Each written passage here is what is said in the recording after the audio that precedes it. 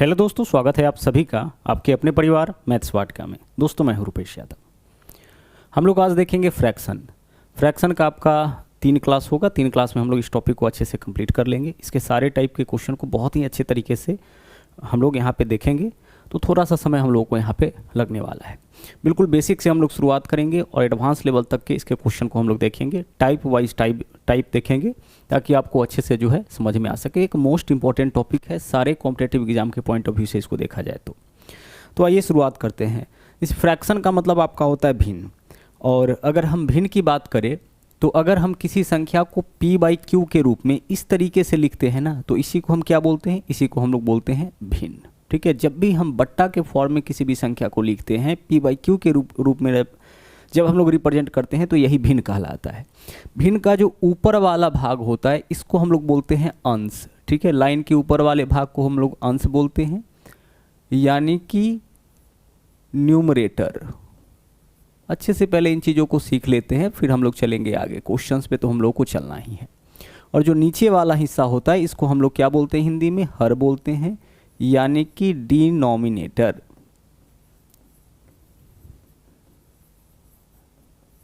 ठीक है, जैसे अगर हम आपसे कहे कि अगर हम कोई संख्या इस प्रकार से लिखें 3/7, तो यहाँ पे 3 क्या हो जाएगा? 3 हो जाएगा अंश, यानी इसको हम लोग न्यूमरेटर बोलेंगे, NR से डिनोट करेंगे। और नीचे वाले को हम लोग क्या बोलेंगे? हिंदी में हर बोलेंगे। इसको अगर हम DR से डिनोट करें मतलब डिनोमिनेटर हो गया। ठीक है, तो भिन्न का तो यही 2 पार्ट होगा, अंश और हर। अब आगे देखिए, भिन्न का 2 प्रकार है। एक को हम लोग बोलते हैं प्रॉपर फ्रैक्शन। जैसे मान लीजिए कि p/q हम इस प्रकार से लिखे हैं कि इसमें p का जो वैल्यू है ना वह ज़्यादा है किससे? q से। p का मान अगर q के मान से ज़्यादा है तो यह कहलाएगा आपका इम्प्रॉपर फ्रैक्शन। क्या कहलाएगा? इम्प्रॉपर, और क्या बोलेंगे इसको? फ्रैक्शन बोलेंगे। शॉर्ट में यहाँ लिख दिए FRA, इम्प्रॉपर फ्रैक्शन, यानी हिंदी में इसको हम लोग बोलेंगे अनुचित भिन्न। इस तरह के भिन्न को हम लोग क्या बोलेंगे? अनुचित भिन्न बोलेंगे। अनुचित भिन्न का मतलब क्या होता है? क्वेश्चन कई बार आपसे ऐसे भी पूछा जाता है कि निम्नलिखित में से कौन सा अनुचित भिन्न है। जैसे मान लीजिए कि अगर हम आपसे कहे कि 8/3, क्या 8/3 अनुचित भिन्न होगा? तो आप क्या चेक करोगे? आप यह चेक करोगे कि p का मान q से ज़्यादा है क्या? अंश जो है वो हर से ज़्यादा है? हाँ सर है। इसका मतलब यह क्या होगा? यह आपका होगा इम्प्रॉपर फ्रैक्शन। आगे क्या होता है? आगे होता है प्रॉपर फ्रैक्शन। अगर p/q इस प्रकार से है कि p का जो वैल्यू है ना वह कम है, छोटा है, किससे? q से। इस सिंबल से हम लोग बड़ा छोटा दर्शाते हैं। इस बार क्या है? p का मान जो है वह छोटा है q से। जैसे अगर हम 3/8 लिखे तो 3/8 में क्या है? जो अंश है वह कम है हर से। तो भिन्न का फॉर्म जो है, उचित फॉर्म यही होता है, इसलिए इसको हम लोग बोलते हैं प्रॉपर फ्रैक्शन। ठीक है, यह क्या कहलाएगा? यह कहलाएगा आपका प्रॉपर फ्रैक्शन। इसको हम लोग बोलेंगे, हिंदी में इसको बोलते हैं उचित भिन्न। ठीक है, क्या कहलाएगा? उचित भिन्न कहलाएगा। तो अगर आपको पहचानने के लिए बोला जाए कि भाई आप पहचानो कि निम्नलिखित में से कौन सा उचित भिन्न है और कौन सा अनुचित भिन्न है, तो इजीली आप पहचान लोगे। कैसे पहचान लोगे? कि आपको क्या देखना है कि अगर p का मान ज़्यादा है q से, यानी अंश बड़ा है अगर हर से, तो यह इम्प्रॉपर फ्रैक्शन होगा, अनुचित भिन्न होगा। लेकिन अगर अंश जो है वह छोटा है हर से, तो वह क्या होगा? यह आपका प्रॉपर फ्रैक्शन होगा, यानी उचित भिन्न होगा। जैसे अगर हम आपसे कहें कि 11/13 क्या है, आप बोलोगे सर यह आपका प्रॉपर फ्रैक्शन है। ठीक है, क्या है? प्रॉपर फ्रैक्शन है। अगर हम आपसे कहें कि 13/27 क्या है, सर 13/27 भी प्रॉपर फ्रैक्शन है, क्योंकि अंश जो है वह कम है हर से। यहाँ भी अंश जो है वह कम है हर से। लेकिन अगर हम आपसे कहें कि आप हमें बताओ कि 23/17 क्या प्रॉपर फ्रैक्शन होगा? नहीं होगा। यहाँ पे क्या है? अंश ज़्यादा है हर से, तो ऐसे भिन्न को हम लोग बोलते हैं इम्प्रॉपर फ्रैक्शन, यानी कि अनुचित भिन्न। ठीक है, तो यहाँ पे कुछ बेसिक चीज़ें हम लोग फ्रैक्शन के बारे में सीखे हैं। फ्रैक्शन जिसको भी p/q के रूप में रिप्रेजेंट करेंगे, जब p/q के रूप में रिप्रेजेंट करते हैं इस तरीके से लिखते हैं, तो ऊपर वाले को हम लोग अंश यानी कि न्यूमरेटर बोलते हैं, नीचे वाले को हर यानी कि डिनोमिनेटर बोलते हैं। ठीक है, अगर न्यूमरेटर का वैल्यू ज़्यादा होगा डिनोमिनेटर से, यानी अंश बड़ा होगा हर से, तो यह कहलाएगा इम्प्रॉपर फ्रैक्शन, यानी कि अनुचित भिन्न। और अगर अंश का मान छोटा होगा हर से, तो यह कहलाएगा प्रॉपर फ्रैक्शन, यानी कि उचित भिन्न। इतना क्लियर हो गया होगा। अब इसके टाइप वाइज क्वेश्चन को हम लोग देखते हैं, किस किस तरीके से क्वेश्चंस जो है आपके एग्जामिनेशन में देखने को मिलता है। तो सबसे पहले जो है इन भिन्नों में हम लोग बड़ा और छोटा पहचानना सीखेंगे। यानी भिन्न इस प्रकार से दिया जाएगा और आपसे बोला जाएगा कि इन भिन्नों में सबसे बड़ा भिन्न कौन सा है और सबसे छोटा भिन्न कौन सा है। तो इन क्वेश्चंस के ऊपर हम आते हैं। उससे पहले हम आपको बता दें, यहाँ पे गौर से देखिएगा, कुछ चीज़ें, बेसिक चीज़ें आपके लिए समझना बहुत ज़रूरी है। जैसे अगर कोई भिन्न इस प्रकार से दिया जाए, ठीक है, कि उसका अंश और हर का जो डिफरेंस है वो इक्वल हो। अच्छा, इसके ऊपर आते हैं। इस क्वेश्चन से पहले शुरुआत हम लोग कर लेते हैं। देखिए क्वेश्चन नंबर 1 इसी के माध्यम से समझते हैं, फिर आगे की चीज़ों को देखेंगे। क्या है, निम्नलिखित भिन्नों में से सबसे बड़ी भिन्न ज्ञात कीजिए। यहाँ पे 4 छोटा छोटा भिन्न दिया गया है। छोटे क्वेश्चन से हम लोग शुरुआत कर रहे हैं ताकि कॉन्सेप्ट अच्छे से समझ में आ सके। आपको क्या बताना है कि इन चारों भिन्न में सबसे बड़ा भिन्न कौन सा है। अब बड़ा और छोटा भिन्न कैसे आप पहचानिएगा, आगे चल के क्वेश्चन में ऐसे भी बोला जा सकता है कि यहाँ जो भी भिन्न दिया गया है उसको आरोही क्रम में सजाइए, यानी असेंडिंग ऑर्डर में सजाना है। असेंडिंग ऑर्डर का मतलब होता है छोटा भिन्न पहले, उसके बाद उससे बड़ा, उसके बाद उससे बड़ा, अंत में सबसे बड़ा। या ऐसे भी सवाल पूछा जाएगा कि अगर इन भिन्नों को हम आरोही क्रम में सजा ले तो इस क्रम में सबसे पहले कौन सी संख्या आएगी या अंत में कौन सी संख्या आएगी, ठीक है। या फिर आपको यह बोला जाएगा कि जो भी भिन्न यहाँ पे दिया गया है उसको आप डिसेंडिंग ऑर्डर यानी कि अवरोही क्रम में, घटते क्रम में सजाइए। तो घटते क्रम का मतलब क्या होता है, पहले बड़ा संख्या लिखते हैं, फिर उसके बाद उससे छोटा, फिर उससे छोटा और लास्ट में सबसे छोटा। तो इस तरीके से क्वेश्चंस आपसे पूछा जाएगा जो कि तुलना के आधार पे होगा, जहाँ पे बिना कंपैरिजन का आप अपना आंसर नहीं दे पाइएगा। अब भिन्न में कैसे पकड़ते हैं कि कौन सा भिन्न बड़ा और कौन सा छोटा होगा, तो यहाँ पहचानिएगा तरीका। यहाँ पे 2 तरीका हम इसी क्वेश्चन के ऊपर आपको बताएंगे जो सबसे ज़्यादा यूज होता है। जो 2 मेथड आपको यहाँ बताया जाएगा, सबसे ज़्यादा उन्हीं 2 मेथड का यूज हम लोग करेंगे। हालांकि और भी कुछ इंपॉर्टेंट मेथड है जो आगे हम लोग देखेंगे, लेकिन इस क्वेश्चन के लिए जो 2 मेथड आपको बताया जाएगा वो बहुत इंपॉर्टेंट है। पहला जो तरीका है, पहला जो मेथड है, वह मेथड है आपका क्रॉस मल्टीप्लिकेशन मेथड। क्या है, cross multiplication method. Cross multiplication method में क्या करते हैं कि हम नंबर को क्रॉस में मल्टीप्लाई करते हैं और क्रॉस में मल्टीप्लाई करने के बाद हम लोग यह चेक कर पाते हैं कि कौन सा बड़ा है और कौन सा भिन्न छोटा।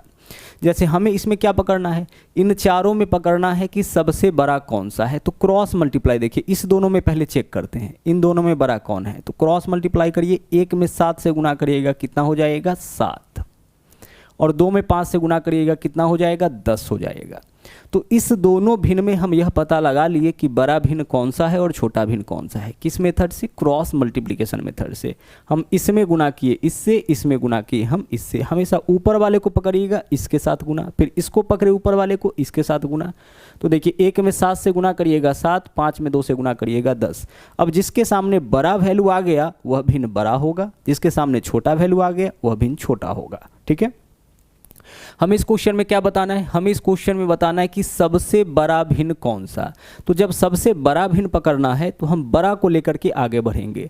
तो इस दोनों में पता चल गया है कि यह वाला भिन्न बड़ा है, तो छोटका को छोड़ दीजिए क्योंकि यह तो छोटा है। सबसे बड़ा इसमें तो यह नहीं हो सकता है क्योंकि इससे बड़ा यह है, यह बात प्रमाणित हो गया है। तो इसको आप हटाइए, अब इसको आगे बढ़ाइए, अब इस दोनों का कंपेयर करिए, इस दोनों का। तो फिर वही क्रॉस मल्टीप्लिकेशन मेथड, 4 से 5 में गुना करिएगा 4 पंचे 20, और 7 से 3 में गुना करिएगा 7 तिया 21। इस दोनों में देखिए किसके सामने बड़ा वैल्यू आया, इस वाले भिन्न के सामने।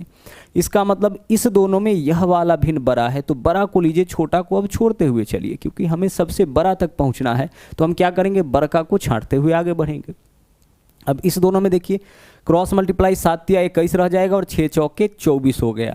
देख लीजिए इसके सामने 21, इसके सामने 24, इसके सामने बड़ा वैल्यू आया, यानी कि यह भिन्न जो है वह चारों भिन्न में क्या है, सबसे बड़ा है। तो हमारा आंसर क्या हो जाएगा, हमारा आंसर हो जाएगा विकल्प डी 6/7। तो यह जो मेथड था यह क्या कहलाता है, क्रॉस मल्टीप्लिकेशन मेथड। हम लोग क्या करते हैं, नंबर को क्रॉस में मल्टीप्लाई करते हुए यह पता लगाते हैं कि इन सभी भिन्न में सबसे बड़ा कौन है और सबसे छोटा कौन है। और भी तरीका है, अभी आपको पेशेंस रखना है, चीज़ों को अच्छे से हम आगे समझाते हुए बढ़ेंगे। तो क्रॉस मल्टीप्लिकेशन मेथड अभी आप सीखें। जैसे मान लीजिए अगर हम आपसे कहे कि 8 बट्टा यहाँ 11 है और यहाँ पे क्या है आपका वैल्यू 3 बट्टा जो है 3/15 है, या 3/15 के अलावा कोई नंबर ले लेते हैं। 3 बट्टा हम क्या ले लेते हैं, चलिए 7 ले लेते हैं। अब आप बताइए कि इसमें से कौन सा भिन्न बड़ा है, कौन सा भिन्न छोटा है। तो क्रॉस मल्टीप्लाई कर लेंगे, 8 सत्ते 56, यहाँ पे वैल्यू 56 आ गया। 11 तिया 33, यहाँ पे वैल्यू 33 आ गया। जहाँ पे बड़ा वैल्यू आया है वह भिन्न बड़ा है, जहाँ पे छोटा वैल्यू आया है वह भिन्न क्या है, वह भिन्न आपका छोटा है। तो जब हमें चारों में से बड़ा भिन्न बताना होगा तो हम क्या करेंगे, पहले दो को कंपेयर करेंगे, उसमें जो बड़का होगा उसको फिर अगले से कंपेयर करेंगे, फिर उस दोनों में जो बड़ा होगा उसको अगले से कंपैरिजन करेंगे और फाइनली अपने आंसर तक आएंगे। लेकिन अगर छोटा भिन्न पकड़ना होगा तो हम क्या करेंगे, पहले दो भिन्नों को तुलना करेंगे, जो छोटा होगा उसको लेंगे, ठीक है, जो बड़ा होगा उसको छोड़ेंगे, फिर उसको अगले भिन्न से कंपेयर करेंगे, उस दोनों में जो छोटा होगा उसको फिर अगले भिन्न से कंपैरिजन करेंगे। लास्ट में आपको पता चल जाएगा कि कौन सा भिन्न सबसे छोटा है। जो दूसरा मेथड है ना, सेकेंड मेथड, वह है डिफरेंस मेथड, या इसको आप एलसीएम मेथड भी कह सकते हैं। या क्या है आपका, यह आपका है डिफरेंस मेथड। डिफरेंस मेथड से कैसे क्वेश्चन को सोल्व करते हैं, देखिए यहाँ पे इस क्वेश्चन के लिए जैसे 1/2 है, नंबर क्या है हमारे पास 1/2 है, आगे 5/7 है, ठीक है, इसके आगे क्या है, इसके आगे है 3/4 और लास्ट में जो वैल्यू है ना 6/7 है। देखिए बहुत छोटा नंबर है लेकिन हर जगह यह चीज़ अप्लाई होगा जो भी हम आपको बताने वाले हैं।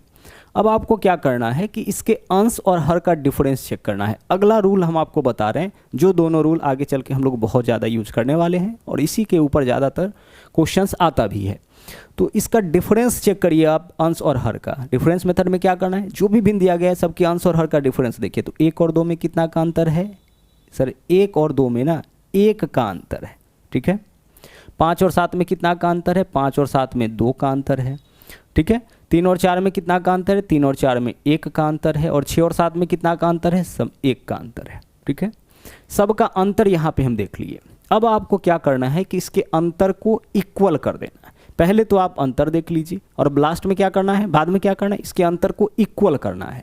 अब इक्वल कैसे करेंगे, तो सोचिए आपकी 1 2 1 1 का कॉमन मल्टीपल क्या होगा सर, 2 होगा। कॉमन मल्टीपल मतलब लघुत्तम समावर्तक, एलसीएम, एलसीएम को ही कॉमन मल्टीपल बोलते हैं। तो 1 2 1 1 का कॉमन मल्टीपल क्या होगा, 2 होगा, इसका एलसीएम 2 होगा। अब सबके डिफरेंस को आपको 2 बनाना है। क्या करना है, सबके डिफरेंस को आपको 2 बनाना है। इसके लिए कितना से गुना करना होगा आप देख लीजिए। तो देखिए इस 1 को 2 बनाने के लिए 2 से गुना करना होगा, तो 2 से गुना इसके अंश में भी करना है, हर में भी करना है, लेकिन हर को छोड़ दीजिए आप, बस इतना अभी हम करके बता रहे हैं, ध्यान से समझिएगा इस बात को। हर में नहीं गुना करना है, केवल अंश में। देखिए 1 को 2 बनाने के लिए 2 से गुना, तो 1 में 2 से गुना कर लीजिए, यह हो जाएगा 2, ठीक है। आगे चलिए 2 को 2 बनाने के लिए 1 से गुना, तो 5 में 1 से गुना कर लीजिए, यह हो जाएगा 5। 1 को 2 बनाने के लिए 2 से गुना करना होगा, तो 3 में 2 से गुना कर लीजिए 6। 1 को 2 बनाने के लिए 2 से गुना करना होगा, तो 6 में 2 से गुना कर लीजिए 12, ठीक है। अब आप देख लीजिए कि इन सभी में बड़ा नंबर किसके सामने आया है, यहाँ 2 है, यहाँ 5 है, यहाँ 6 है, यहाँ 12 है। सबसे बड़ा नंबर 12 है जो कि आया है 6/7 के सामने, यानी 6/7 जो है इन सभी भिन्न में क्या है, सबसे बड़ा भिन्न है। सबसे छोटा कौन हो जाएगा, इन सब में देख लीजिए सबसे छोटा नंबर किसके सामने आया है, इसके सामने 2 के सामने आया, 1/2 के सामने आया है। तो सबसे छोटा नंबर जिसके सामने आएगा वह भिन्न सबसे छोटा हो जाएगा, यानी इन सब में सबसे छोटा 1/2। और देखा जाए तो जो भिन्न दिया गया था वह आपका किस क्रम में था, आरोही क्रम में। छोटा है, इससे बड़ा और अंत में क्या है, सबसे बड़ा।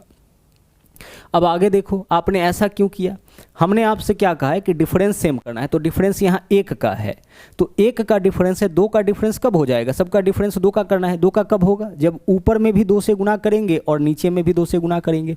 तो जब ऊपर में 2 से गुना करिएगा तो 2 होगा, नीचे में 2 से गुना करिएगा तो 4 हो जाएगा। तो यह हो गया 2/4, 1/2 को तो हम लिख ही सकते हैं 2/4। आगे देखिए फायदा क्या मिला, डिफरेंस देख लीजिए 2 का हो गया। यहाँ 2 है तो 5/7 है, तो 5/7 ही रहने दीजिए, ठीक है। आगे चलिए आगे क्या था आपका, यहाँ पे 1 था, इसको 2 बनाने के लिए 2 से गुना, तो ऊपर भी करिए नीचे भी करिए, तो 3 दूना 6 हो जाएगा और 4 दूना 8, 6/8 हो गया। और यहाँ देख लीजिए क्या है, 6/7 है, यहाँ 1 है, इसका 2 करने के लिए 2 से गुना, तो ऊपर नीचे दोनों जगह 2 से गुना करेंगे तो 12 कितना हो जाएगा, 14 हो जाएगा। सबका डिफरेंस चेक करिए, देखिए 2 4 1 का, 5 7 1 का, 6 8 सॉरी 2 4 2 का, 5 7 2 का, 6 8 2 का, 12 14 2 का। जो भी भिन्न यहाँ पे आप देख रहे हैं सब में कितना कितना का अंतर हो गया, 2 2 का अंतर हो गया। तो मेरे भाई एक चीज़ बहुत ध्यान से आप समझिएगा कि अगर दिए गए प्रत्येक भिन्न के अंश और हर के बीच का अंतर इक्वल आ गया, समान आ गया, उस केस में जिस भिन्न का अंश बड़ा होगा ना, जिस भिन्न का न्यूमरेटर बड़ा होगा वही भिन्न सबसे बड़ा हो जाता है। और जिसका न्यूमरेटर यानी अंश छोटा होगा वही भिन्न सबसे छोटा हो जाता है। तो क्या हम 1/2 के बदले 2/4 लिख सकते हैं? 5/7 के लिए 5/7, 3/4 के लिए 6/8 लिख सकते हैं, 6/7 के लिए 12/14 लिख सकते हैं। बिल्कुल लिखा जा सकता है, काट के तो वैल्यू वापस से वही आ जाएगा। तो ऐसा हम लिख सकते हैं इसका मत, और यहाँ से बड़े आसानी से पता लगा पाते हैं कि कौन बड़ा है कौन छोटा है। लेकिन हर बार आपको इतना काम नहीं करना है, पहले स्टेप में जो हम आपको बताए वहीं पे रुक जाना है। बस समझ गए यहाँ पे कि डिफरेंस इक्वल करना है तो इसको 2 बनाने के लिए 2 से गुना सिर्फ अंश में करिए, हर को छोड़ दीजिए आप। इसमें देखिए 2 बनाना है, 2 है छोड़ दीजिए, 1 को 2 बनाना है 2 से गुना करिए सिर्फ अंश में, 1 को 2 बनाना है 2 से गुना करिए सिर्फ किस में, सिर्फ अंश में गुना करिए। तो सिर्फ अंश में गुना करने से ही हम लोग का काम हो जाता है। तो उम्मीद है कि यह जो दोनों मेथड आपको बताया गया है, सिखाया गया है, क्रॉस मल्टीप्लिकेशन मेथड और डिफरेंस मेथड, वो अच्छे से समझ में आया होगा। बहुत सारे क्वेश्चन पे डिफरेंस मेथड आपका काम करेगा, बहुत जगह पे आपका जो है क्रॉस मल्टीप्लिकेशन मेथड काम आएगा। लेकिन इसमें से भी सबसे ज़्यादा इस मेथड का उपयोग हम लोग करने वाले हैं, डिफरेंस वाले मेथड का बहुत ज़्यादा काम आएगा। क्वेश्चन के हिसाब से जो है वो क्लियर हो जाएगा, उसका टेंशन आप मत लीजिए। अभी हम लोग इतना क्वेश्चन करेंगे जिससे आपका यह सब चीज़ क्लियर हो जाएगा कि कहाँ पे हम लोगों को कौन सा मेथड यूज करना है। अभी तो चीज़ों को हम लोग सीखना शुरू किए हैं। आगे बढ़ते हैं। निम्नलिखित में से कौन सा भिन्न सबसे छोटा है? मेरे भाई सबसे छोटा पकड़ना है। क्या हम क्रॉस मल्टीप्लिकेशन मेथड से बना सकते हैं? बिल्कुल बना सकते हैं। क्रॉस में गुना करते हुए चलिए जरा, यहाँ देखिए 9 दूना 18 हो जाएगा। ठीक है, देखिए मन ही मन करते हैं, हो जाएगा। देखिएगा 9 दूना 18, 8 तिरिक 24, यहाँ 18 है यहाँ 24 है, हमें पकड़ना है छोटा, तो बड़का को हटा दीजिए इसमें से, यह छोटा है इस दोनों में। अब इस दोनों को कंपेयर करिए, 27 दूना 54, 10 तिया 30, इस दोनों में यह वाला छोटा, तो इसको हटा दीजिए। अब इस दोनों को कंपेयर करिए, 10 नमा 90 और 27 में 16 से गुना करेंगे तो बहुत ज़्यादा वैल्यू हो जाएगा। 27 में 10 से गुना करेंगे 270, तो बहुत ज़्यादा, इससे तो ज़्यादा वैल्यू आ जाएगा। मतलब यह वाला जो भिन्न है वह क्या है? सबसे छोटा है। क्रॉस मल्टीप्लाई करके हम लोग निकालिए, बड़े आसानी से कर लिए। अब ऐसा करते हैं, डिफरेंस मेथड भी यहाँ पे हम लोग लगा के देखते हैं। 2 3 में देखिए तो कितना का अंतर है सर? 2 3 में 1 का अंतर है। ठीक है, 8 9 में भी 1 का अंतर है। 10 और 27 में कितना का अंतर है? यहाँ 17 का अंतर है, और यहाँ पे 16 और 9। अच्छा देख लीजिए, 16/9 यह क्या है? यह आपका इम्प्रॉपर फ्रैक्शन है, यानी कि अनुचित भिन्न है। और जो भी अनुचित भिन्न होगा, इम्प्रॉपर फ्रैक्शन होगा, जिसका अंश बड़ा होगा हर से, वह सभी प्रॉपर फ्रैक्शन से बड़ा ही होगा। जैसे जब भी हम कोई इम्प्रॉपर फ्रैक्शन लिखेंगे तो उस केस में क्या होगा? उस केस में जो है ऊपर वाला ज़्यादा और नीचे वाला कम। तो जब आप इसमें इससे भाग लगाइएगा तो इधर भी कुछ वैल्यू आएगा, पॉइंट के पहले भी कुछ वैल्यू आएगा, बाद में तो वैल्यू आएगा ही। लेकिन जब आप इम्प्रॉपर फ्रैक्शन लिखते हैं उस केस में क्या होता है? पॉइंट के पहले कोई भी वैल्यू नहीं आएगा, क्योंकि 9 में 16 से भाग नहीं लगेगा, दशमलव देने के बाद ही इसके ऊपर आप 0 ले सकते हैं। तो इस वजह से क्या है कि जो भी इम्प्रॉपर फ्रैक्शन होता है उसका मान हमेशा 1 से ज़्यादा होता है, और प्रॉपर फ्रैक्शन का मान 1 से कम होता है। तो इसका मान 1 से ज़्यादा, बाकी सभी का मान 1 से कम है, यह बात तो तय है। तो यह तो हमारे तुलना में है ही नहीं, हमारे तुलना में यही तीनों भिन्न है, यह वाला नहीं है। क्यों नहीं है? क्योंकि यह तो इम्प्रॉपर फ्रैक्शन है जिसका मान सभी प्रॉपर फ्रैक्शन से ज़्यादा होगा।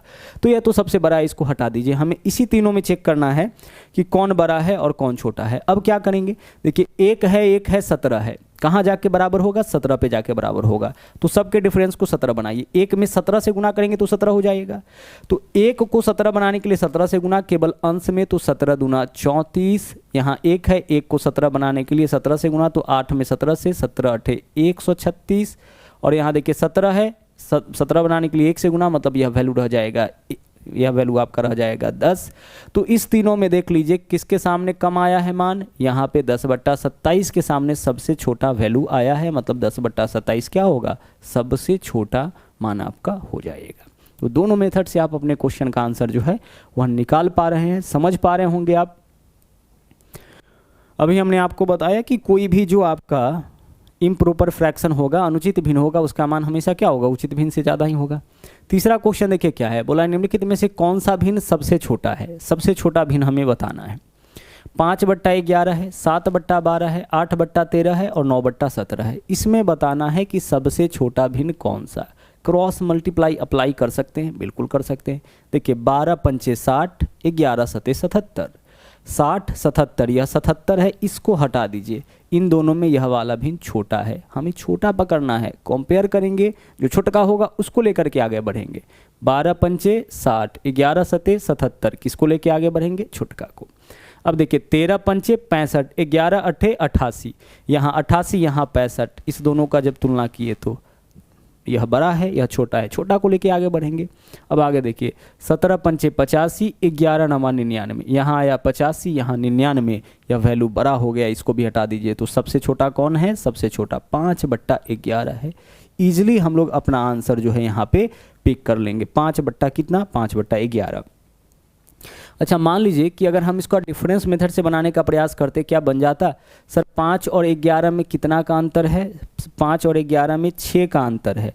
क्या अंतर है यहाँ पे? यहाँ पे अंतर 6 का है। 7 और 12 में यहाँ अंतर 5 का है। 8 और 13 में यहाँ पे अंतर 5 का है। और 9 और 17 में यहाँ पे अंतर कितना का है? 8 का है। हमें क्या करना पड़ेगा? हमें ढूंढना पड़ेगा 6, 5, 5, 8 का कॉमन मल्टीपल, तभी तो जाकर के सबका जो होगा वो आपका डिफरेंस इक्वल होगा। तो 6, 5, 8 का कॉमन मल्टीपल मतलब एलसीएम कितना हो जाएगा?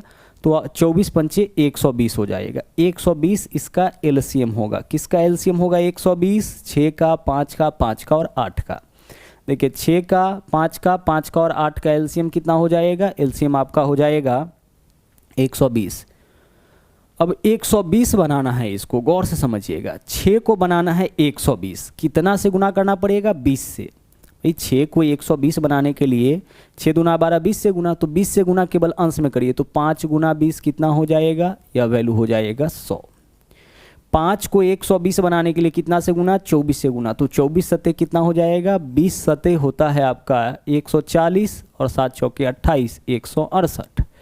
आगे देखिए 5 को 120 बनाने के लिए 24 से गुना, तो 24 अठे 20 अठे 160 और 8 चौके 32, 192 हो जाएगा। ठीक है, और 8 है तो 15 अठे तो 15 नमा 135 हो जाएगा। अब चलिए यहाँ से देख के बताइए कि बड़ा वैल्यू किसके सामने? 135, 192, 168 और 100 में सबसे छोटा मान कहाँ पे है? यहाँ पे। यही तो सबसे छोटा है, मतलब यह भिन्न सबसे छोटा हो जाएगा। 5/11 उस मेथड से भी यही वैल्यू आया। सबसे बड़ा कौन सा है? सबसे बड़ा 192 आया है, किसके सामने? 8/13 के सामने। तो 8/13 क्या हो जाएगा? सबसे बड़ा हो जाएगा। आरोही क्रम में सजाने के लिए बोलता फिर भी हम लोग इसको बना लेते, अवरोही क्रम में बोलता फिर भी इसको हम लोग कर लेते, हमें कोई दिक्कत यहाँ पे नहीं होना है। बहुत ही ज़बरदस्त मेथड यहाँ पे हम लोग सीखे हैं। अभी आगे देखिए, आगे है निम्नलिखित भिन्नों में से सबसे बड़ी भिन्न ज्ञात कीजिए। सबसे बड़ा भिन्न यहाँ पे आपको बताना है। देखिए क्या कर सकते हैं? 8 और 11 कितना का डिफरेंस है? 3 का। 15 और 19 कितना का डिफरेंस है? 4 का। 4 और 5 कितना का अंतर है? 1 का। और 13 और 21 कितना का अंतर है? 8 का। आप हमें एक छोटा सा बात बताओ कि 3 का, 4 का, 8 का एलसीएम कितना होगा? सर इसका एलसीएम हो जाएगा 24। 3, 4, 8 का एलसीएम 24 ही तो होगा।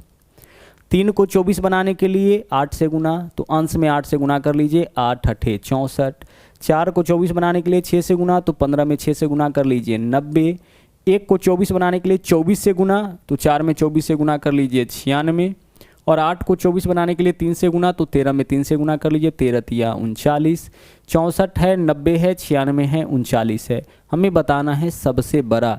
तो सबसे बड़ा मान किसके सामने आया है? सबसे बड़ा मान 64, 90, 96, 39 में कौन है? 96 जो आया है 4/5 के सामने। तो 4/5 जो है वो क्या हो जाएगा? सबसे बड़ा हो जाएगा।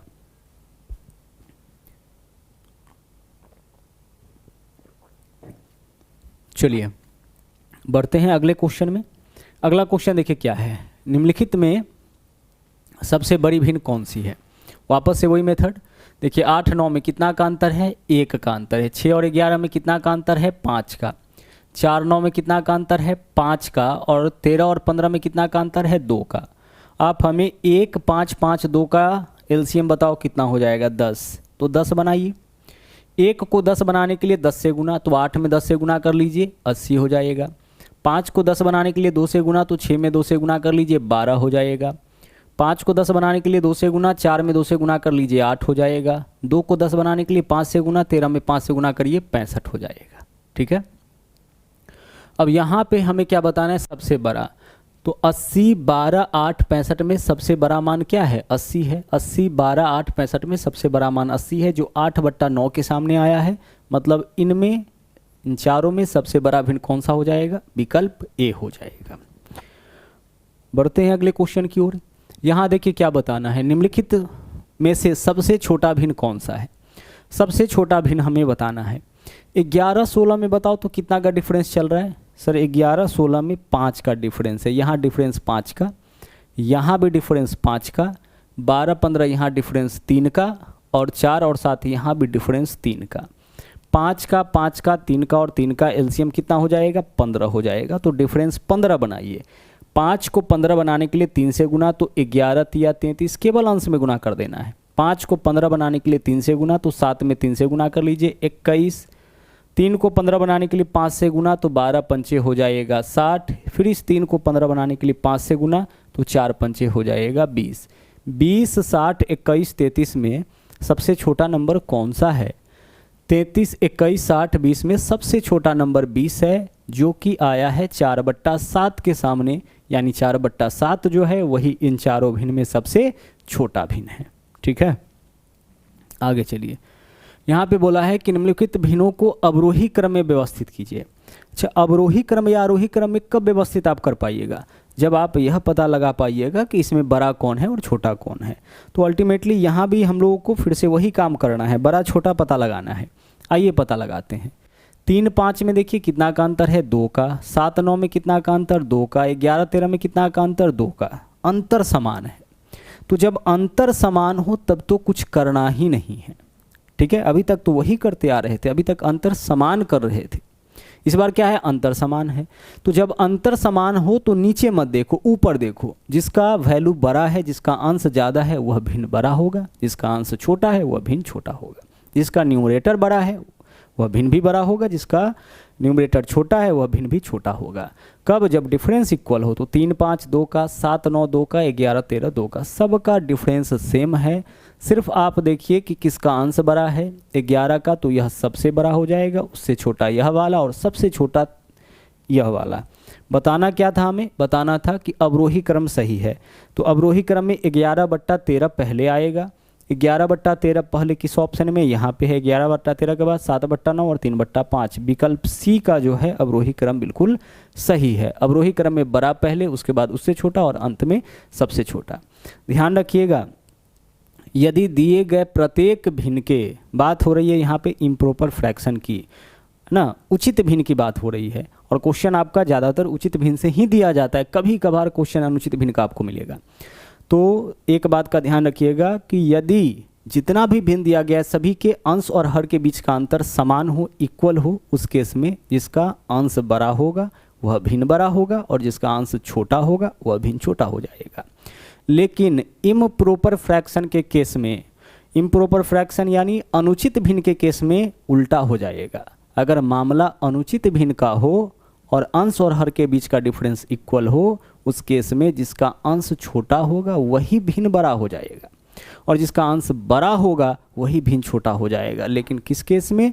इम्प्रॉपर। अनुचित जो है वह तो काम भी अनुचित करेगा, काम भी उल्टा करेगा। काम उल्टा कैसे करेगा? जो बड़ा होगा वही छोटा हो जाएगा, जो छोटा होगा वही बड़ा होगा, लेकिन डिफरेंस सेम रहना चाहिए। क्वेश्चन आपका ज़्यादातर यहाँ से आता है, इसलिए इस बात को ध्यान रखिएगा। यहाँ देखिए, आरोही क्रम में व्यवस्थित कीजिए। Ascending order. असेंडिंग ऑर्डर आरोही क्रम में क्या होता है? आरोही क्रम में छोटा नंबर हम लोग पहले और बड़ा नंबर बाद में लिखते हैं।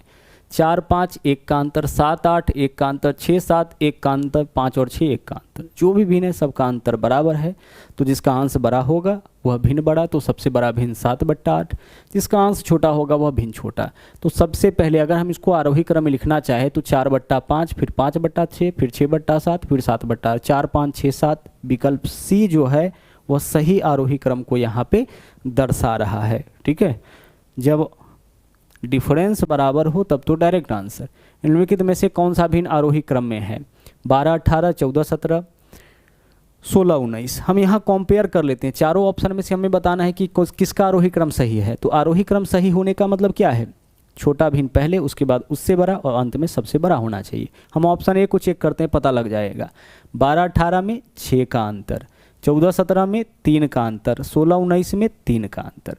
6 को 3 को कहाँ जाके बराबर कर सकते हैं, 6 पे जाके बराबर कर सकते हैं। तो 6 को 6 बनाने के लिए 1 से गुना, तो यहाँ 12 है तो 12 रह जाएगा। 3 को 6 बनाने के लिए 2 से गुना, तो अंश में 2 से गुना कर दीजिए, 14 दूना 28। 3 को 6 बनाने के लिए 2 से गुना, तो 16 में 2 से गुना कर दीजिए, 32। 12 28 32, 12 28 32, छोटा उससे बड़ा सबसे बड़ा, जिसके सामने बड़ा वैल्यू वह बड़ा, जिसके सामने छोटा वैल्यू वह छोटा। इसका मतलब इसका आरोही क्रम बिल्कुल सही है, पहले 12 फिर 28 फिर 32, ठीक है। अगर नहीं होता तो हम क्या करते, हम देखते कि जिस ऑप्शन में 12/18 पहले और 16/19 बाद में होता, वही ऑप्शन हमारा क्या होता, आंसर होता। मान लीजिए इसको छोड़ करके हम इसको चेक कर लिए, तो जब हम इसको चेक करते तो 16/19 के सामने क्या वैल्यू, यहाँ तो वैल्यू 32 आता। 14/17 के सामने क्या वैल्यू आता, यहाँ वैल्यू तो 28 आता। और 12/18 के सामने क्या वैल्यू, यहाँ 12 आता। अब देखिए 32 28 12, क्या यह आरोही क्रम में है, नहीं है। तो हम क्या करते हैं, यहाँ से समझ जाते हैं कि पहले 12/18 लिखना है, फिर 14/17 और अंत में सबसे बड़ा 16/19 हमें लिख लेना है। हमारा आंसर क्या होगा, विकल्प ए ही हो जाएगा, इसका ही आरोही क्रम बिल्कुल सही है। आगे जो नंबर है वह माइनस में दिया गया है। माइनस में क्या होता है, एक बात का ध्यान रखिएगा कि जो वैल्यू दिखेगा बड़ा वह छोटा हो जाता है।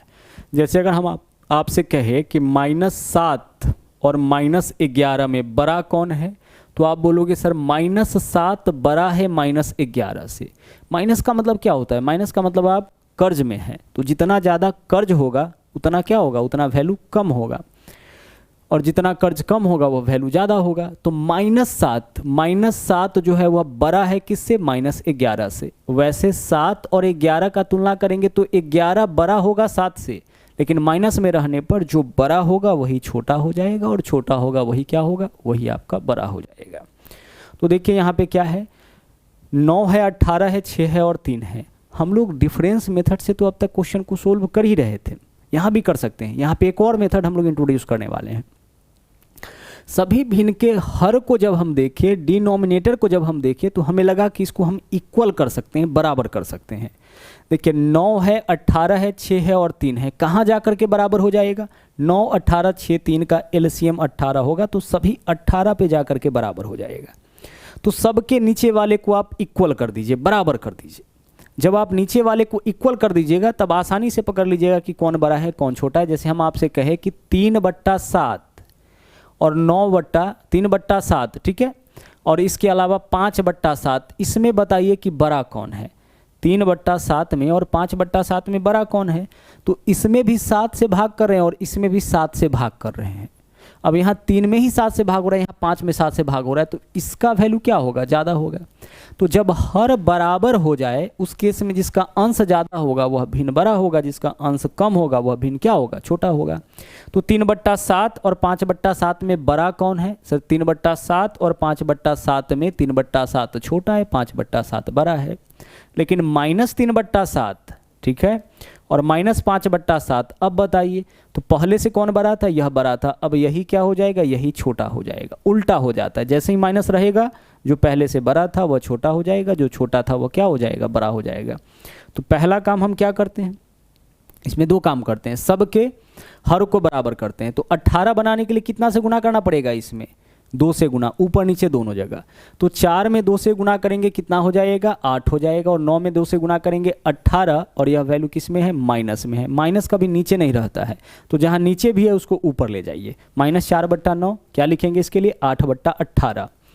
अब यहाँ पे तो माइनस, यहाँ पे तो 18 है ही, तो इसको ऐसे ही लिख दीजिए, -7/18, ठीक है। आगे बढ़िए, तीसरा जो नंबर है उसको देखिए, 5 6 है, 18 बनाइए। पहले 18 बनाने के लिए 3 से गुना ऊपर नीचे, तो 5 में 3 से गुना करेंगे 15, और 6 में 3 से गुना करेंगे 18, ऊपर नीचे दोनों जगह पे इसको क्या करना है, हमें 18 मतलब गुना करना पड़ा 3 से।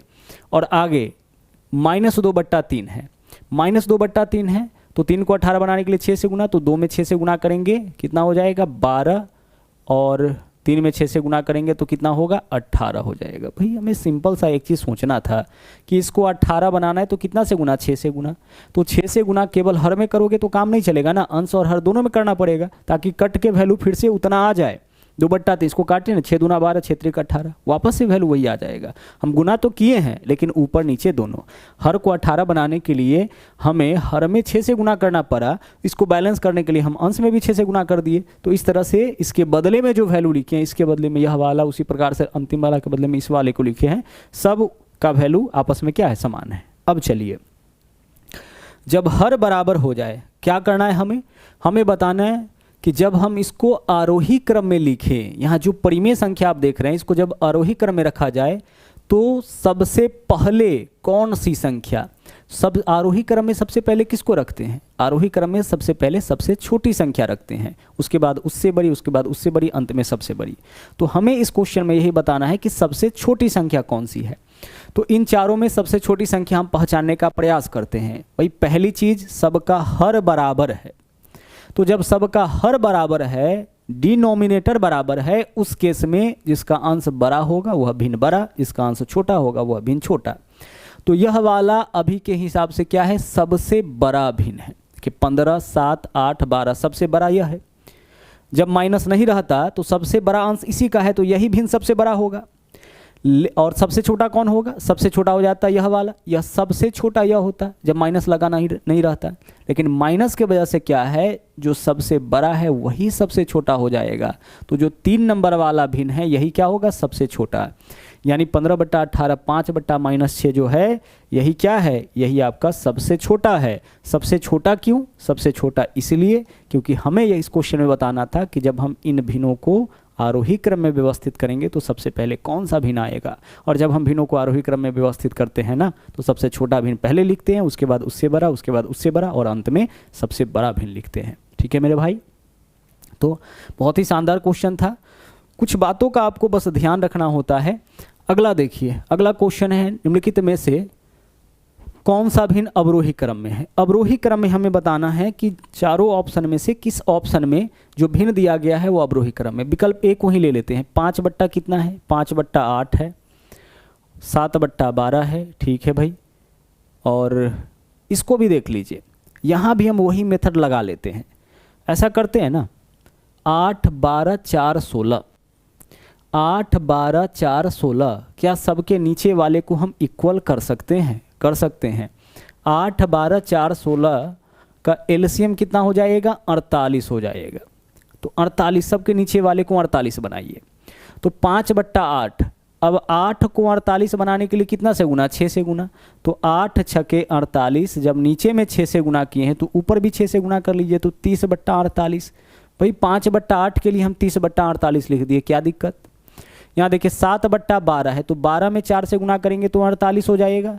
तो जब आप इसमें 4 से गुना किए हैं तो अंश में भी 4 से गुना कर लीजिए, 7 चौके 28, कोई अंतर नहीं आएगा। 4 को 48 बनाने के लिए 12 से गुना, तो जब नीचे आप 12 से गुना किए हैं तो ऊपर भी 12 से गुना कर लीजिए, ठीक है। और यहाँ देखिए 16 है, 16 को 48 बनाने के लिए कितना से गुना, 3 से गुना। 16 को 48 बनाने के लिए 3 से गुना, तो ऊपर भी 3 से गुना। बस ऊपर ही तो आपको गुना करना है जितना से नीचे किए हैं। सबके नीचे में इक्वल आ गया। अब जब सबके नीचे में इक्वल आ गया तो आप बताइए कि अवरोही क्रम में हमें लिखना है, तो सबसे बड़ा इसमें कौन है, सबसे बड़ा 39/48 है, यह सबसे पहले आना चाहिए। और सबसे अंत में क्या किसको आना चाहिए था, 28/48 को। 39/48 सबसे पहले किसके लिए, 13/16 के लिए, इसी के लिए ना 39/48। तो 13/16 सबसे पहले किस ऑप्शन में, इसमें तो नहीं है, इसमें भी नहीं है, इसमें भी नहीं है, किस में है, विकल्प डी में है। तो विकल्प डी ही हमारा आंसर होगा। भाई इन चारों में सबसे बड़ा तो यही है ना, तो सबसे बड़ा जो होगा वही तो सबसे पहले आएगा। अवरोही क्रम में डिसेंडिंग ऑर्डर में सबसे बड़ा वैल्यू पहले। तो इन चारों में सबसे बड़ा कौन है, 39/48 ही है। जब सबके बट्टा में वैल्यू सेम आ जाए तो ऊपर वाले से पकड़िए, जिसका ऊपर में बड़ा होगा, जिसका अंश बड़ा होगा वही तो बड़ा होगा।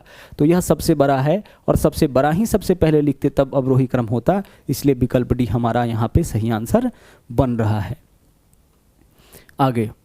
आगे चलिए, अगला जो कॉन्सेप्ट है पहले उसको समझते हैं, फिर क्वेश्चन के ऊपर चलेंगे। आगे जो कॉन्सेप्ट है वह है शांत और अशांत दशमलव का। ठीक है, किसका है, यह क्वेश्चन भी आपका फ्रैक्शन का ही है, डेसिमल का ही है, और खूब क्वेश्चन एग्जामिनेशन में देखने को मिलता है। यह है आपका शांत, एक और नाम से इसको हम लोग जानते हैं अवसान। शांत या अवसान दशमलव। अगर हिंदी में पकड़ने में कभी दिक्कत हो तो यह क्या होता है, यह होता है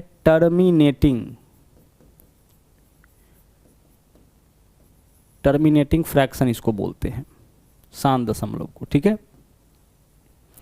टर्मिनेटिंग फ्रैक्शन किसको बोलेंगे, जैसे मान लीजिए इस प्रकार से पहले 0.385 दशमलव के कुछ स्थानों पर जाकर के जो वैल्यू रुक जाए, यही क्या कहलाता है, यही कहलाता है टर्मिनेटिंग डेसिमल। जैसे 17.9638 जो वैल्यू जो भिन्न मान इस प्रकार से दे, दशमलव के निश्चित स्थान तक दे, वह क्या कहलाएगा, टर्मिनेटिंग डेसिमल। यानी इसमें डेसिमल क्या है, टर्मिनेट कर गया है। आप कह सकते हैं कि दशमलव के बाद यहाँ 3 अंक है, यहाँ कह सकते हैं कि दशमलव के बाद क्या है, 5 अंक है, मतलब 5 अंक के बाद यह वैल्यू आपका टर्मिनेट कर गया है। तो यह कहलाता है टर्मिनेटिंग डेसिमल, यानी कि शांत दशमलव या अवशांत दशमलव। दूसरा क्या होता है, दूसरा होता है आपका अशांत दशमलव, या फिर इसको हम लोग आवर्ती दशमलव भी बोलते हैं। तो अशांत दशमलव या आवर्ती दशमलव का मतलब होता है जो लगातार आए, इसका मान दशमलव के बाद क्या हो, लगातार आते रहे, वह कहलाता है अशांत या आवर्ती दशमलव। इसको हम लोग बोलते हैं non terminating decimal. Non terminating decimal यानी अशांत दशमलव जो कि आपका टर्मिनेट नहीं होता है, जैसे 0.333 ... इसको देखिए जरा सा, दशमलव के कितने स्थान तक है, 1 2 3 नहीं, यह तो लगातार आया है, अनंत बार आया है। तो जब भी डॉट लगा हुआ रहे तो आप समझ जाइए कि यह क्या है, नॉन टर्मिनेटिंग डेसिमल है। अगर हम आपसे कहें कि 2.7128 और जैसे ही इसमें डॉट हम लगा दिए, वैसे ही यह क्या हो गया, यह हो गया नॉन टर्मिनेटिंग डेसिमल, अशांत दशमलव, आवर्ती दशमलव। बार बार आ रहा है मतलब आवर्ती है, अशांत है। देखिए यह शांत नहीं हुआ है, यह टर्मिनेट नहीं हुआ है, यह लगातार चल रहा है, इसलिए यह क्या कहलाएगा, नॉन टर्मिनेटिंग डेसिमल। यह वाला टर्मिनेटिंग डेसिमल, यह वाला नॉन टर्मिनेटिंग डेसिमल। क्लियर हो गया। क्वेश्चन ऐसे नहीं पूछता है, क्वेश्चन भिन्न के रूप में देगा। जैसे 2 भिन्न दे दिया, क्या भिन्न देगा आपका, इस प्रकार से 3/8 और 3/7। इसमें बताइए कि कौन सा टर्मिनेटिंग डेसिमल है और कौन सा नॉन टर्मिनेटिंग डेसिमल है। तो पहले तो आपको इसको सिंप्लीफाई कर लेना है। अगर ऊपर नीचे कोई वैल्यू कट रहा है तो काट लीजिए। काटने के बाद जो डिनोमिनेटर है उससे ही पता लग जाएगा कि यह जो भिन्न है वह टर्मिनेटिंग है या नॉन टर्मिनेटिंग, शांत है या अशांत।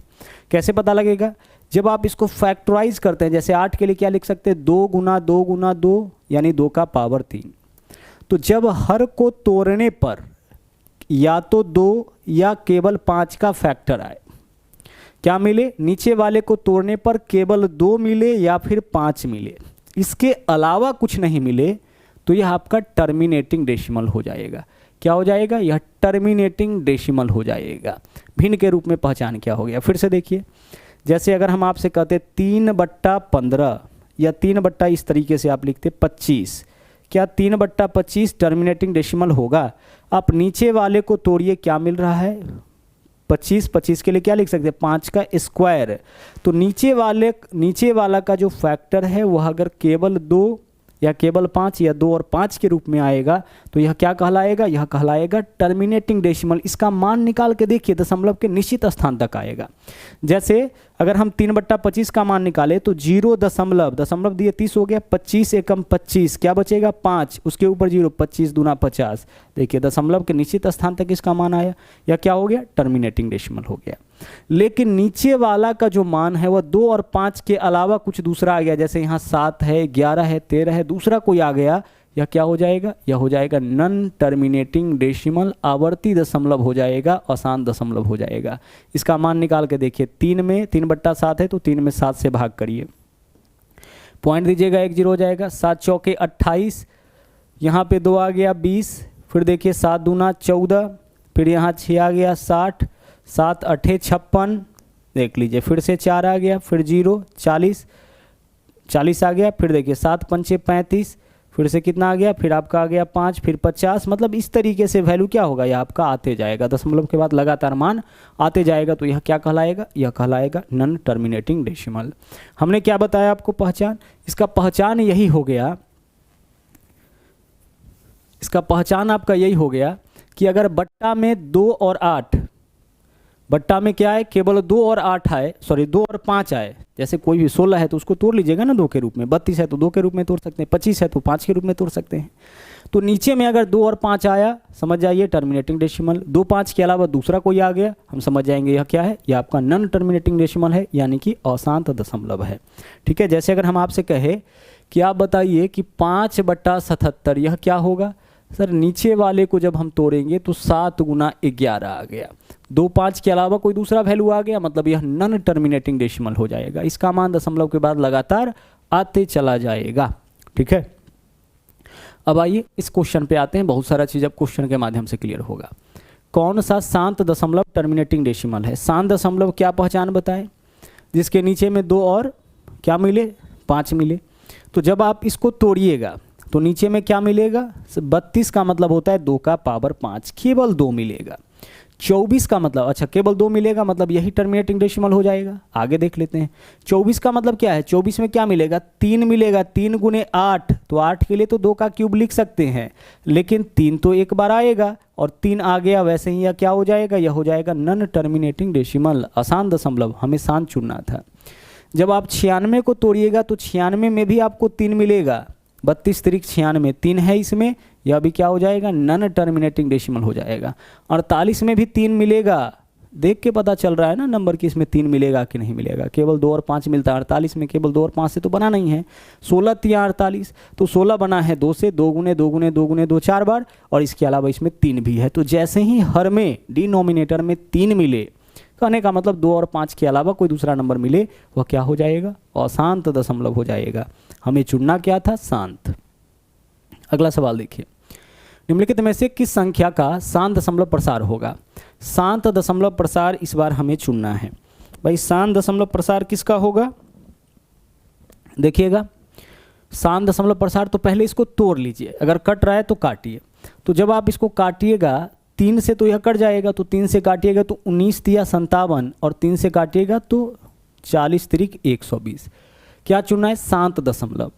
अब इसको देखो तो जो नीचे में वैल्यू है उसको देखिए आप, 40 के लिए क्या लिख सकते हैं, 8 पंचे 40, तो 2 का पावर 3 8 गुना 5 40। सिर्फ नीचे वाले को तोड़िए, ऊपर से हमें कोई लेना देना नहीं है।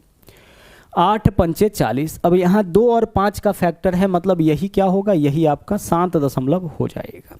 आगे देखिए, 47/150 है। जब आप 150 को तोड़िएगा तो आप क्या लिखिएगा, 3 गुने 50 ही तो 150 होगा, तो 3 गुने 2 6, और 6 गुने 25 यानी 5 का स्क्वायर, यही 150। तो इस दोनों तक तो ठीक था, लेकिन जैसे ही 3 आ गया, इस वजह से यह क्या हो गया, यह आपका अशांत दशमलव हो गया। हमें शांत चुनना था।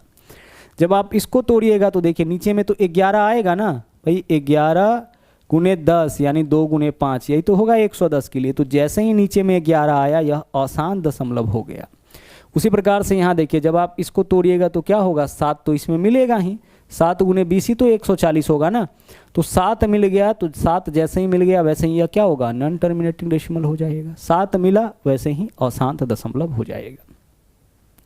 बहुत सिंपल सा पहचान है, इसी पहचान का यूज करके, और सारे क्वेश्चंस ऐसे हैं जो पूछे गए हैं किसी न किसी एग्जाम में, निम्न में से वह कौन सी संख्या है जो आवर्ती दशमलव नहीं देगा।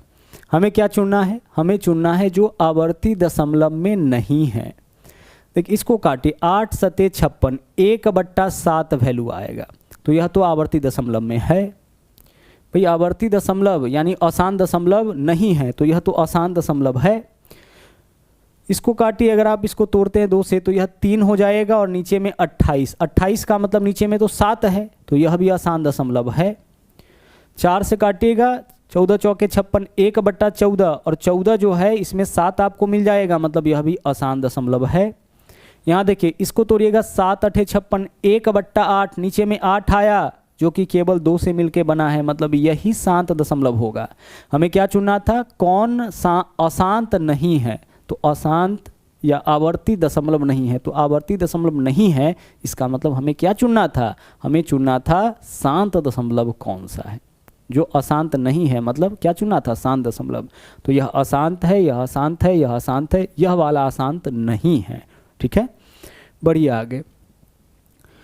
निम्न में से कौन सा आवर्ती दशमलव प्रदान करेगा, आवर्ती दशमलव। अच्छा इसको काटिए, तो अगर 3 से काटते हैं तो 3 7 21 और 3 दहाई 30, 10 है ना भाई, 7/10 0.7 आता है। तो यह तो आपका शांत हो जाएगा। आवर्ती हमें चुनना है, तो यह तो हमारा आंसर नहीं होगा।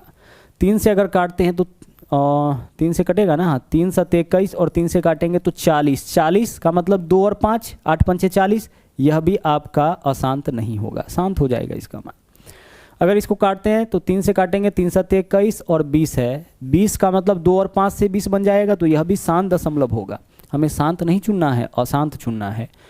काटिए इसको, 3 से काटिएगा तो यहाँ हो जाएगा 7 और 3 से काटिएगा तो यहाँ पे कितना हो जाएगा 30, और 30 बना है किससे, 2 और 5 से। क्या चुनना था हमें इस क्वेश्चन में, निम्न में से कौन सा आवर्ती दशमलव प्रदान करेगा। आवर्ती यानी कि अशांत दशमलव। कहीं काटने में दिक्कत हुई है क्या, 3 से काटेंगे तो 3 7 21, 3 दहाई 30, यह तो आपका आवर्ती नहीं होगा। अगर 3 से काटते तो 3 7 21 और 3 से काटते हैं तो 3 चौके 12। ठीक है, 3 से काटते हैं तो 3 7 21, 3 से काटते हैं तो 3 20 या 60, और यहाँ पे 3 से अगर काटेंगे तो 7 हो जाएगा, और 3 से काटेंगे तो 30 हो जाएगा, और 30 बना है किससे, सही बात है। यहाँ देखिए 30 में क्या होगा, 3 तो मिलेगा ही, 3 दूना 6 पंचे 30, तो 2 और 5 से हमें कोई प्रॉब्लम नहीं है, इस 3 से प्रॉब्लम है। तो अगर नीचे में 3 आया, 2 और 5 के अलावा कोई दूसरा वैल्यू आ गया, इसका मतलब क्या होगा, यही तो अशांत दशमलव होगा। तो हमारा जो आंसर होगा अशांत यानी आवर्ती दशमलव चुनना था, तो विकल्प डी सही आंसर हो जाएगा।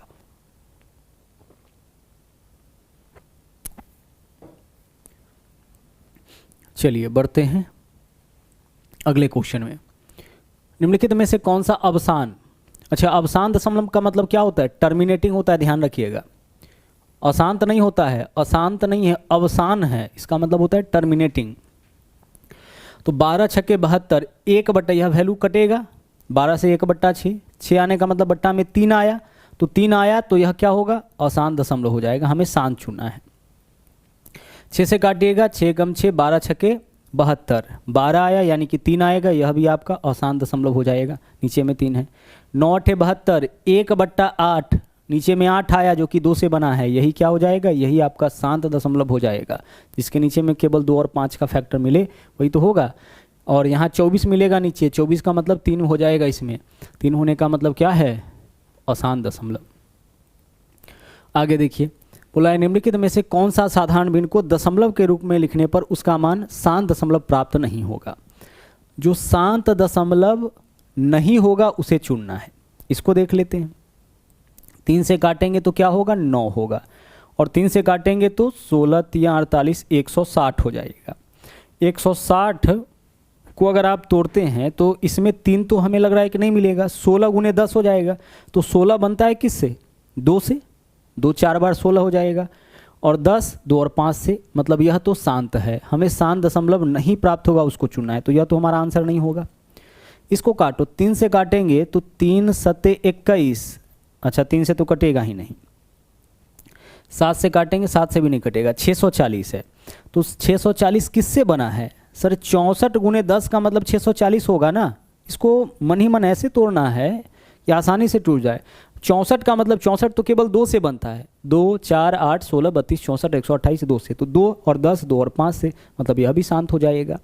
अगर हम इसको काटे, यह 9 से कटेगा, 9 9 81 और 9 पंचे 45, 50 हो जाएगा, और 50 किससे बनता है, 2 और 5 से, मतलब इसका भी मान शांत दशमलव में आ जाएगा। 50 को तोड़ोगे तो 2 5 ही तो मिलेगा। यहाँ पे देखिए, जब आप काटिएगा 0 से 0 कैंसिल, 3 से काटिएगा तो 3 8 24, और 3 से काटिएगा तो 15 या 45। जो 15 वैल्यू आया है वह किससे बनेगा, 5 के साथ साथ 3 भी है इसमें, तो 3 होने के वजह से, नीचे में 3 है, इस वजह से इसका मान शांत दशमलव में प्राप्त नहीं होगा। हमें उसी ऑप्शन को चुनना था, इसका मान जो है वह शांत दशमलव में प्राप्त नहीं हो। तो इस तरीके से जो हमारा आंसर होगा वह क्या हो जाएगा, विकल्प डी इस क्वेश्चन का आपका सही आंसर होगा। ठीक है, चलिए आगे देखिए क्या है। बोला है इनमें से किस परिमेय संख्या का दशमलव विस्तार अशांत होगा। अशांत हमें चुनना है भाई, अशांत चुनना है ना, तो इस वाले को चुन लो ना आप, यही तो अशांत हो जाएगा क्योंकि यहाँ नीचे में क्या है 3 है, तो नीचे में 3 2 बार आया है, 3 का स्क्वायर गुने 5 का स्क्वायर है, तो नीचे में 3 आया है और 3 कट भी नहीं रहा है, तो इस वजह से क्या हो जाएगा, यह आपका अशांत हो जाएगा। अच्छा यह अशांत होगा, इसके अलावा यह वाला भी तो अशांत हो जाएगा ना, चलो इसको हम हटा देते हैं, यह मिसटाइप हो गया होगा।